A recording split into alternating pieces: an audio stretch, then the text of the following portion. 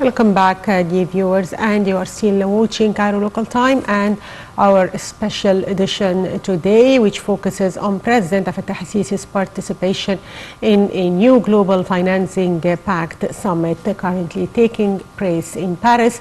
And to shed more light on the importance of this summit, we are joined over the phone by Ambassador Gamal Baioumy, a former Assistant Foreign Minister. Good afternoon, Mr. Ambassador. Good afternoon. So, sir, let's focus first on the significance of Egypt's participation in this new global financing pact summit in Paris. This is a continuous effort of Egypt since some time in order to bring more finance to the developing countries, especially in Africa, where we are suffering the results of bad environment practices, and this is a good occasion to talk to the donors countries that Egypt and the African countries are in need for more investment, more finance, especially to face the environment problems where we are suffering much more than any other continent. And finance is the word, because we issued an initiative from Sharm el-Sheikh some years ago, asking the donors to come and invest in Africa with the Egyptian experience, where we are much more accepted in everywhere in Africa, and we have the experience also. This is short-term what our president is doing in Paris. Same time, he is meeting some chairmen of big companies in France, telling them the environment of our investment in Egypt, calling them to come and to see how to invest in Egypt, how we are welcoming all our partners in the investment domain. Yes, Mr. Ambassador, President Fattah al-Sisi addressed the summit early in the day, and he said that developing countries were the most impacted by climate change repercussions, and that's also sustainable development goals should be achieved according to each country's priorities. How do you read the President's speech during the roundtable to a new way green growth partnerships? Our president is touching the matter and showing two very important points. First, that Africa, although it is not a rich continent, the flow of money from Africa towards the developed countries is much more than it receives. It pays its debts, it pays its invoice of imports, much more than it receives its sort of investment or a sort of being able to export. And this is not a fair position. On the other side, concerning environment, Africa is the least to add any bad practices to environmental problems. But at the same time, we are suffering like other people, much more than others, because our possibilities are not that big. So we are asking for investment, especially to face the investment in environment process. This is the 2 points our president put during his intervention. Yes.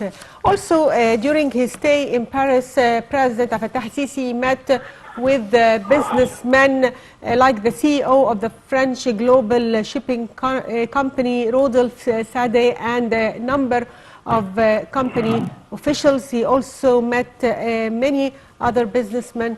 So to what extent this visit can help in attracting more French investors to the country? Very important, and here we are using the weapon of presidential contacts, either to other leaders in other countries or the leaders of businessman community in whatever sort of companies we are in need of. And here we are talking about transport, we are talking about telecommunications, we are talking about projects to help our environment. And the President is making a lot of meetings in order to serve all these purposes for the sake of Egypt and its African partners. Yes. Also, on the sidelines of this summit, the President also held talks with the Tunisian counterpart and discussed different issues of mutual concern. How do you see the importance of Egyptian-Tunisian consultations at the current time? It is very important. We are deepening and widening our existing relations with all our partners, and in a summit like that, this is a good occasion, because on the presidential level, you can have the right discussion and the right decision. Then, with the presence of some members of our government, they immediately would catch the opportunity and implement whatever the presidential level would agree upon. This is a very good occasion, and I think our president is using such an occasion in a very clever way, which would serve our foreign policy and our aims for more investment and more development assistance.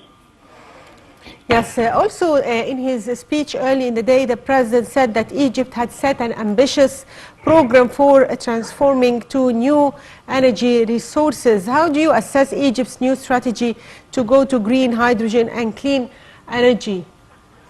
Now Egypt is becoming a source of energy, and we are trying to make it healthy energy also. And we have the huge project to connect the electric net from Baghdad in the far east of the Arab world up to Casablanca in the far west. And this without spending a lot of money for investment. We save time because we use the difference of time. In Baghdad, when they shut off the light at midnight, it is then we use it in Egypt, because we are 2 hours earlier than Baghdad. And in Egypt, when we shut off our light, then Casablanca would use it, and so on. This is one sort of our investment in the area of energy. Also, thank God for the new discoveries of gas and oil in our Mediterranean area, and we have now a surplus of gas. We have a surplus also for a very important industry, which is liquidating the gas, and it is a value-add industry. And now we are in a position to export our energy to our neighbors. We are supplying Jordan, Syria, Lebanon, Gaza with our energy, and we are establishing an electric line to connect our electric net with Europe, so we can supply Europe with electricity also. Yes, to what extent does this visit contribute to strengthening international initiatives aimed at supporting African countries, as we have many international initiatives that aims at developing Africa? So how can this summit contribute to this? I am sure that Africa appreciates what Egypt is doing. After all, the Egyptian president was the chairman of the African Union a few years ago. Also, Egypt represented Africa in the Security Council of the United Nations. And they trust us that we are the good lawyer for all the African cases, and we are defending what's happening, whether in security matters and the struggle in countries like Sudan or Libya or Somalia or Yemen, or trying to give the chance for all these countries in order to have the suitable supply of finance to finance their projects in the economic development. I Yes. think Africa is in a position to trust Egypt doing this job in a very good way. Yes, French President Emmanuel Macron called for a new global financial order that helps states avoid the choice between alleviating poverty and responding to climate change at this summit designed to bridge North versus South division. So how do you see this, Mr. Ambassador? We think that this is an addition to many efforts made by France and made by several developed countries, and we appreciate this very much. And we hope that in practice this will be implemented, because sometimes we have lots of promises and the results are not the same. So we hope we can follow whatever agreed upon and then reach a good position for better finance and cheaper finance, because now we pay a lot in order to get money, whether from the international monetary system or from the bilateral system, and this costs us a lot. So we need a cheaper source of finance in order to make our life easier in this field of whether environment or development projects. Yes. President Fattah al-Sisi said also that COVID-19 and the Ukraine war shocks had changed the circumstances for debtors who were eager to make climate investments but could not, and that green growth is not an alternative to sustainable development, according to the president, and that Egypt will have to finance development in the context of a new multilateral agenda. Sir, how do you read the president's speech? I see that the president and the summit are concerned about our international problems also, such as the corona disease and the war in Ukraine, which is affecting all of us. And of course, we are affected in two fields, in the field of food supply and in the field of energy. But in the field of energy, we are in a better situation where we can help the world to solve this problem. Yes. But still, we have to face the problem of shortage of food supplies. And I think Egypt has its sources in order to replace what we were getting from Russia or from Ukraine. Yes, I'd like to thank you, Ambassador Gamal Baioumy, former Assistant Foreign Minister. Thank you, sir, for being with us today. And as we said earlier, that President Fattah al-Sisi addressed the roundtable to a new way green growth partnerships within the participation in a new global financing pact summit in Paris. The president said developing countries were the most impacted by climate change repercussions during the past years. He also reiterated that sustainable development goals should be achieved according to each country's priorities within a scheduled plan.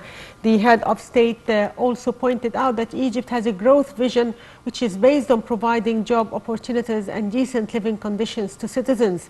Meanwhile, the president said that Egypt had set an ambitious program for transforming to new energy resources. Following the roundtable session, the president arrived at the Al-Elysee Palace, and he also met today with the Tunisian President Kais Saied on the sidelines of the summit.